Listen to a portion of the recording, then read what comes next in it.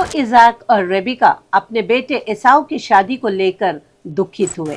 हाय, मैं पास्टर मेरी D cruise फिर एक बार आपके सामने।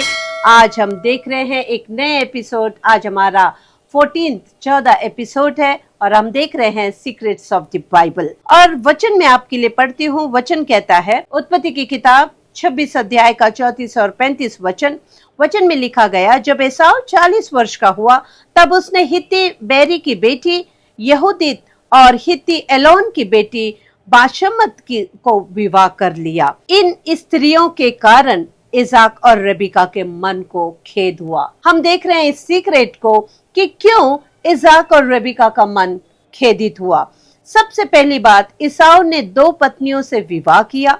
ये उसकी सबसे बड़ी मूर्खता थी, क्योंकि परमेश्वर के ब्लेसिंग के अनुसार, परमेश्वर के आशीष के अनुसार उन्होंने कनानी स्त्रियों के साथ विवाह नहीं करना था। जो कनानी स्त्रियों से उसने विवाह किया, ये उसकी सबसे पहली मूर्खता थी। और उसने दोनों पत्नी कनानी स्त्रियों के साथ उसने शादी की, जो इब्राहिम के आशीर्वाद से वंचित हो गया और नूह के अभिशाप के अधीन हो गया। नूह ने उन कनानी स्त्रियों को, उन कनानी लोगों को अभिशाप दिया था और उसी अभिशाप में एसाव आ गया।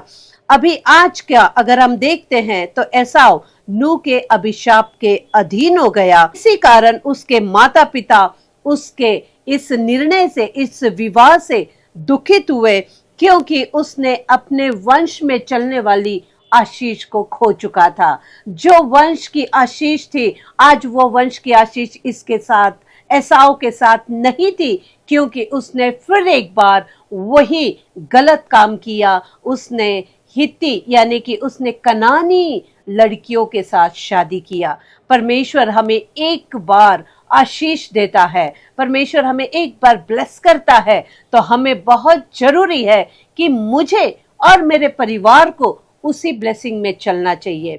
हमें और हमारे वंश को उसी आशीष में चलना चाहिए। हमने कोई भी ऐसे काम, ऐसी मूर्खता के काम को नहीं करना चाहिए जिसके कारण हम परमेश्वर की ब्लेसिंग को खो दे, जिसके कारण हम परमेश्वर के नजर में मूर्ख ठहराए जाए, जिसके कारण हम परमेश्वर से अलग किए जाए। आज एसाव ने यही गलती की। एसाव की दोनों पत्नी, दोनों जो कनानी थी, उसके कारण वो मूर्ख ठहरा, उसके कारण उसने अपनी आशीष को खो दी, उसके कारण नूह का अभिशाप का वो अधीन हो गया।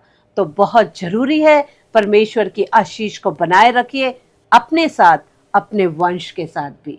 Thank you. Praise the Lord.